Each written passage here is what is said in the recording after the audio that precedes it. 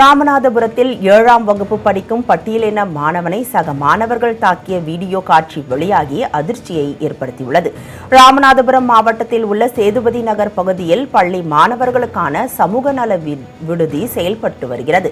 இதில் அனைத்து சமுதாயத்தை சேர்ந்த 50 மாணவர்கள் தங்கி படித்து வருகின்றனர். இந்நிலையில் 12ஆம் வகுப்பு மாணவனின் ரெக்கார்ட் நோட்டை 7ஆம் வகுப்பு மாணவன் கிழித்ததாக கூறப்படுகிறது. இதனால் ஆத்திரமடைந்த 12ஆம் வகுப்பு மாணவன் 2 நண்பர்களுடன் சேர்ந்து 7ஆம் வகுப்பு மாணவனை தாக்கியுள்ளனர். இது குறித்த வீடியோ தற்போது சமூக வலைதளங்களில் அதிர்ச்சியை ஏற்படுத்தி வரும் நிலையில் தாக்கிய மாணவர்களிடம் ஏற்கனவே விசாரணை நடத்தப்பட்டு 2 மாணவர்களையும் மாவட்ட ஆட்சியர் விடுதியில் இருந்து நீக்கி உத்தரவிட்டது தெரியவந்துள்ளது.